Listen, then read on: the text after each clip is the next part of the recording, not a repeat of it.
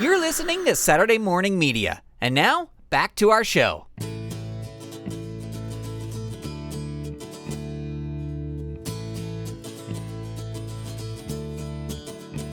Here we go.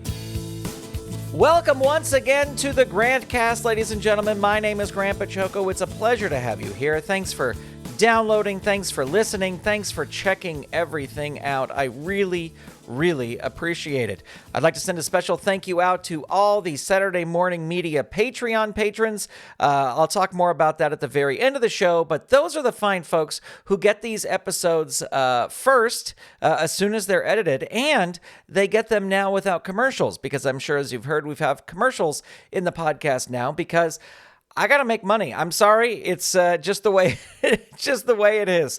We got to make money in this world, and this is what I do. So I got to find some way for this podcast to make even a little bit of income, and that's the way to do it. So if you'd like a commercial-free version, become a patron. Otherwise, I also try to keep the commercials very short. It should just be 2 commercials at the very top, 2 commercials at the end. That's it. There's no commercials in the middle, although the technology exists for me to do that. But I think that's because here's the thing. Skip through the commercials. I'm not telling you to listen to the commercials. I have no bearing on the commercials until somebody starts paying me to promote something in the episode. I don't have any I'm not. I did limit the commercials so that there's no firearms, there's no religion, there's no alcohol, maybe cigarettes or pot garbage or whatever it is. So if you hear anything like that, let me know. But otherwise, just hit the skip button, because that's what I do with podcasts. But it still counts and goes to me. All right, let's chat. I think I'm recording this on July 29th. I don't think that. I know that. Tuesday, July 29th. That's when I am speaking these words. And I think last week might have been the best puppet week of my life. Maybe. Definitely top 5 best puppet weeks of my life, because also traveling to Australia to do Puppet Up was pretty great. But I had a pretty great puppet week last week. Really good puppet week. I did a fun live stream with Toily. We did it on a different day because, which I'll explain to you here in a second best I can.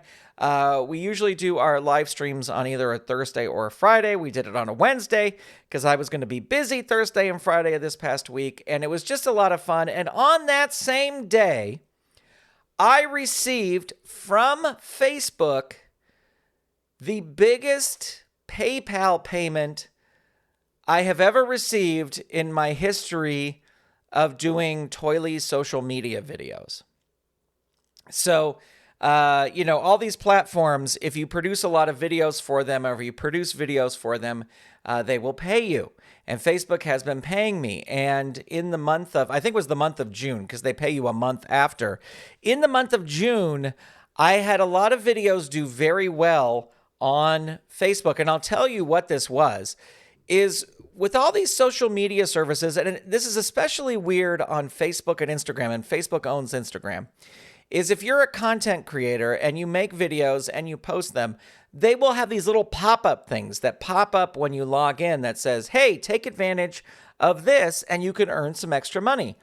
And there was one time on Instagram where the thing popped up and I was like, oh, great, I qualified for making money to post videos here. But right now, I was like out somewhere or something. I go, I'll do that later when I get home. So I closed the window and then I went about my Instagram business, whatever I was doing, I did it. And then when I came home to look and find that thing, it was gone. So when these little things pop up, I have taught myself now, you have to take advantage of them when they popped up. So I'd say I think it was in May, there was a little pop-up that happened in Facebook, and it said, hey, we noticed that some of the videos you have on Instagram are not on your Facebook page. And if you click this button, we will take those videos that are on Instagram but not on Facebook, and we will put them on Facebook, and we will handle the scheduling, we will handle the posting, we will handle everything. And I was just like, okay, why not? Yeah, sure, that's great. And they scheduled it to go out, I think it was over like 4 weeks, and it was 4 episodes a day. And or four, not episodes, but four video postings a day, like one early morning, like 7 a.m., and then one around noon, and then one early afternoon, and then one around like 9 p.m. And it just did this for 4 weeks. And some of those videos did really, really well. Like there was one of the weeks, it was like 5 videos got 1 million, 2 million views. They did really, really well. So you get money for that.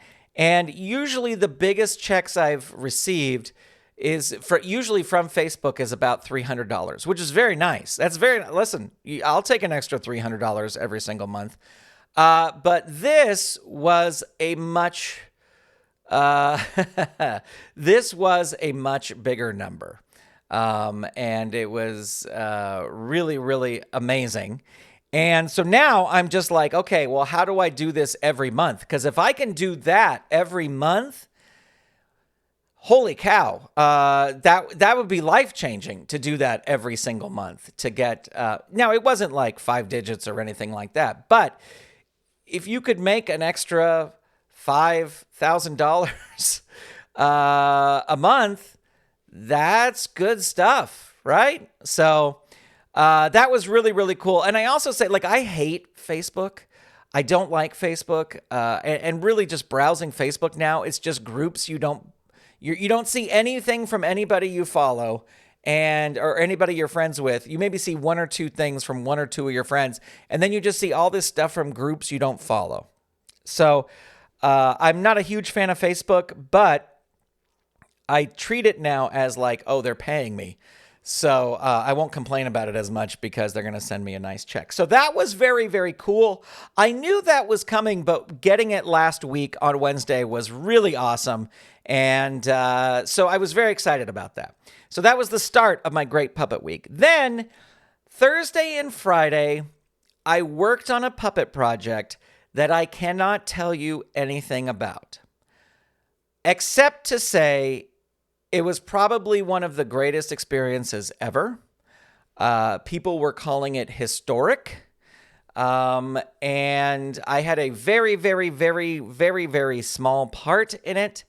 And I just spent the 2 days sitting there, watching in awe, and when being called upon to do something, doing it to the best of my ability.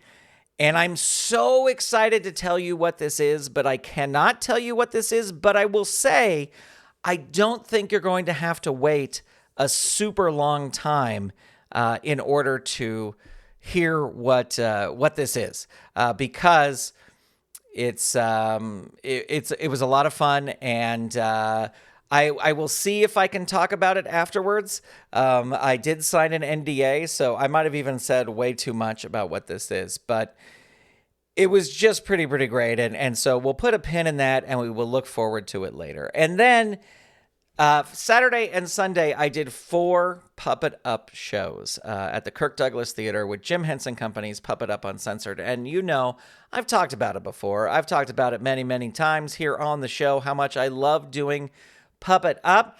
I always feel in Puppet Up that I'm kind of dressed like a schlub on stage, because my go-to thing is just a button-down dress shirt, and black button-down dress shirt and black, usually jeans. And that's what I always wear. And I always feel that everybody else in the show kind of wears like fun stuff. Like they got like hip, cool outfits. And I am just like, hi, I'm a nerd going to church and I have a button-down shirt. Sometimes I would wear a tie. I believe I was the first Puppet Up performer to wear a tie on stage. But then other people started wearing ties. So I was like, I'm not going to wear ties anymore. So then I was looking for something different, and I was like, what can I get? And I would go, before a Puppet Up show would come up, I would go to the department store, and it was always it would just come back to black. It would just come back to black, dress shirts. There was nothing cool or hip about it. And so I was thinking before this run of Puppet Up, I was like, what kind of shirt could I get that would look great? And then I thought, what about a Western style shirt? What about an all black Western? So I did a Google search, and they do make all black Western style shirts. And there is a place not too far from here called the Country Store.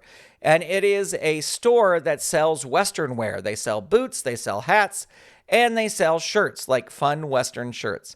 And I was even thinking going in, man, if I could get a black shirt that has all that like crazy embroidery, but it's all in black, like I would feel like, yeah, like I look hip.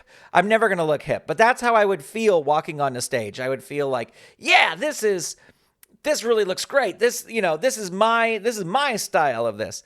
So we went over to the Country Store, and we're looking around, and I found a couple great shirts that had black, that are black, and they have sort of the Western thing on the shoulders, not embroidered, but just sort of like a little design thing on the shoulders and the, I don't know, upper torso. Just sort of like it's cut in there's a second piece of fabric that's kind of cut in that cowboy style. It's got black snaps down the front and black snaps on the sleeve. And I was like, okay, these are good. And then I found it. And then I found the shirt. It was a all black shirt. And it was black embroidery on the shoulders. It looked amazing. I was just very, very excited about this. And I took it in, and took it in the dressing room, and here's the thing. Becoming a puppeteer, I have learned something. When you buy shirts, any kind of shirts, t-shirts, button-down shirts, whatever kind of shirts, if you're going to puppeteer in them, get them in tall. Get whatever size you get, but get them in tall. Because when you're a puppeteer, you spend a lot of time with your arms raised above your head, and that pulls your shirt up. And if you're like me, you don't want to spoil the people in the front row's dinner by having your belly hanging out. So I always get the tall shirts. So the black shirts with the snaps were in tall, but this embroidery one was not in tall. So I go in and I try the shirts. The other two shirts with the snaps are great. And I think there was a third shirt that had snaps that was great. And then there was this other shirt with all the embroidery on it that was really, really awesome. And I put it on, and the first thing you do once you get it on is you lift your arm up, and it just lifted up like halfway up my stomach. The shirt was my size, and as long as I don't raise my arm, it looks fantastic. But the moment I raised my arm, you could see like halfway up my stomach, and I was like, well, I could wear, and I do when I perform, I wear a t-shirt underneath whatever shirt I'm wearing. And so it's like, well, if I have a t-shirt and the t-shirt's tucked in, then it won't matter when I lift my arm up. But I really wish this came in tall, but it doesn't come in tall. It just comes in, my size.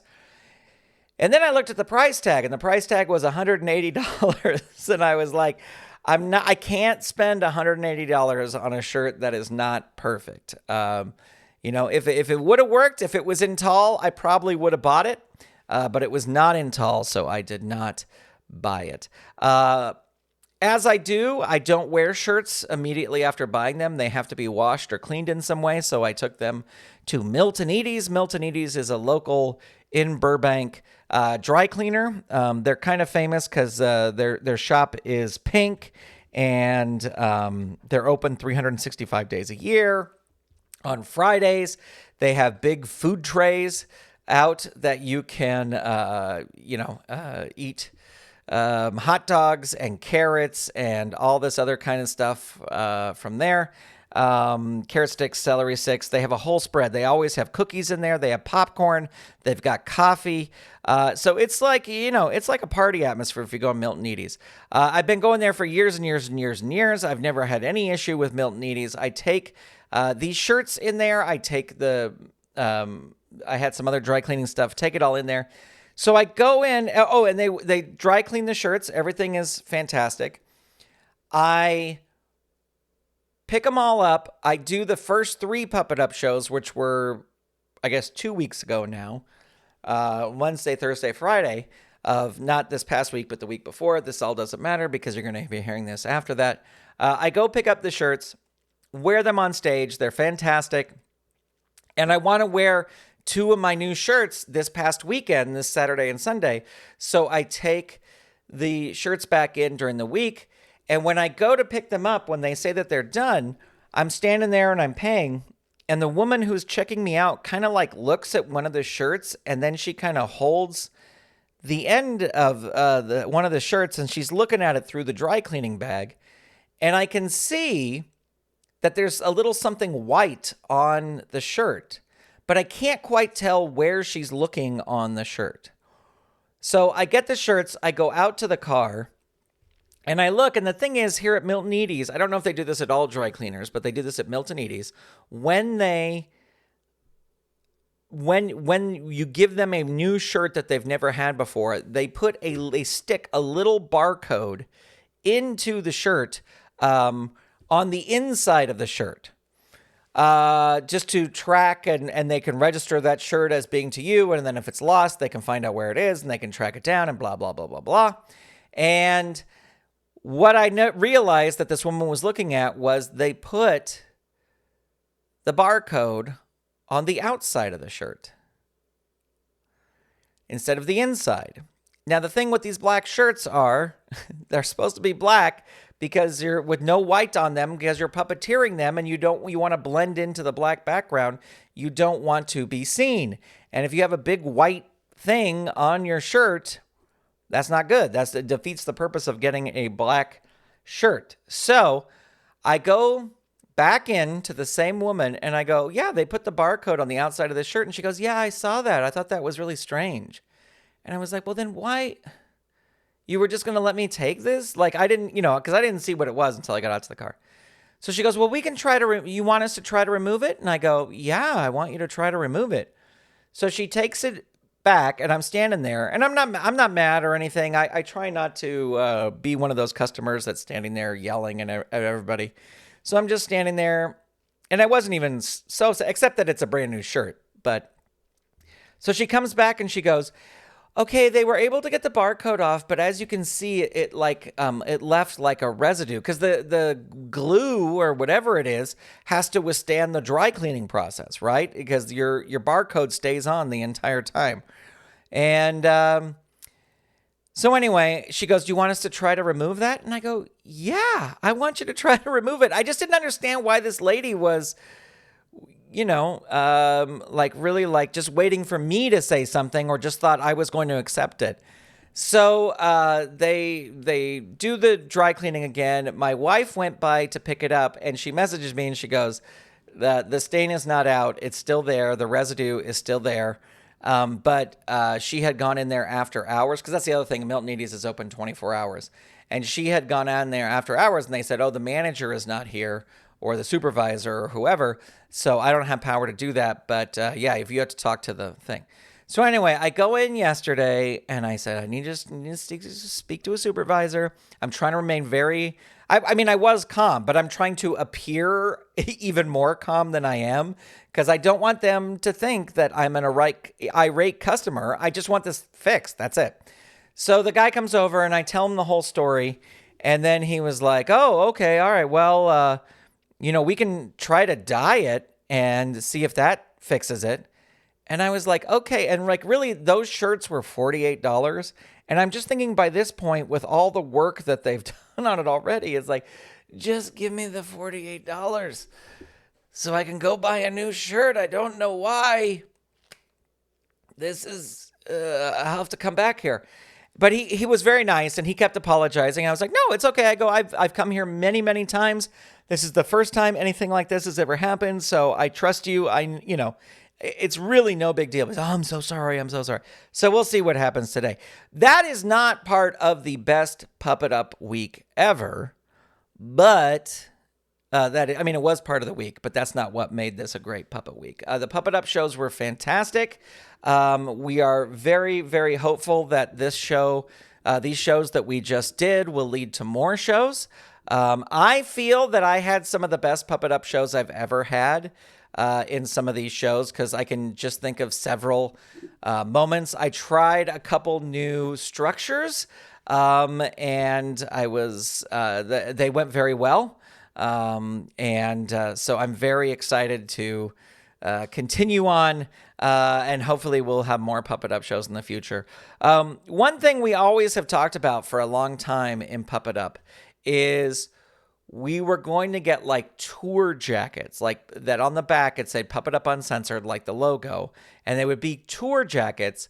And then when you did a tour like this tour that we just, these shows we just did in the Kirk Douglas Theater at Culver City or Knott's Berry Farm or in Australia or whatever, if you did those shows, you would get a like Boy Scout patch, Boy Scout, Girl Scout patch to put on your jacket showing that you had done those tours. And we just really thought this would be a super fun idea, but it's just one of those things we just talked about. So I just decided back in Knott's Berry Farm times, when we were doing Knott's Berry Farm stuff, I was making stickers for Toilet, and I was like, you know what? I'm going to make a sticker that looks like a patch for Knott's Berry Farm. And I did. And then after that, we just did shows on the lot, and I never made any stickers for the lot, but this was our first show off of the Jim Henson Company lot. And I was like, I'm going to make a sticker. And so we were at the Kirk Douglas Theater in Culver City, and the Kirk Douglas Theater is just kind of like a square building. It's sort of on a corner, but then they have, I don't even know what you would call it. They have one of those big, I don't know what it's called. On the corner of the building, it's like a big, almost like a bell tower, but there's no bell, if that makes sense. But it goes up and then there's neon over it and it flashes, I think it says Culver. And maybe City on the other side, and then Culver, and then City. But then it flashes in neon. It's very beautiful. So I decided for Knott's Berry Farm, for the sticker I made there, I made it look like a boysenberry pie, the top of a boysenberry pie, but with two puppet eyes on it. And then around the border, it said Puppet Up, Knott's Berry Farm, and then the dates, or like the year, And so I used the same exact layout, except I was like, I'm going to put a picture of the theater, and then I'm going to put two eyes on the theater. And I adjusted it, and I was fooling around with it. And for the picture I found of the theater was a free use picture of the theater. And it was sort of like this vintagey pink color. So I made it a vintagey pink color. And then I put the eyes there, and it looked really good. And I even found this way, I had never figured out how to do this before, where you could put this sort of layer over the top of everything that made it look like fabric. It just gave it a texture to make it look like it is a, like a merit badge.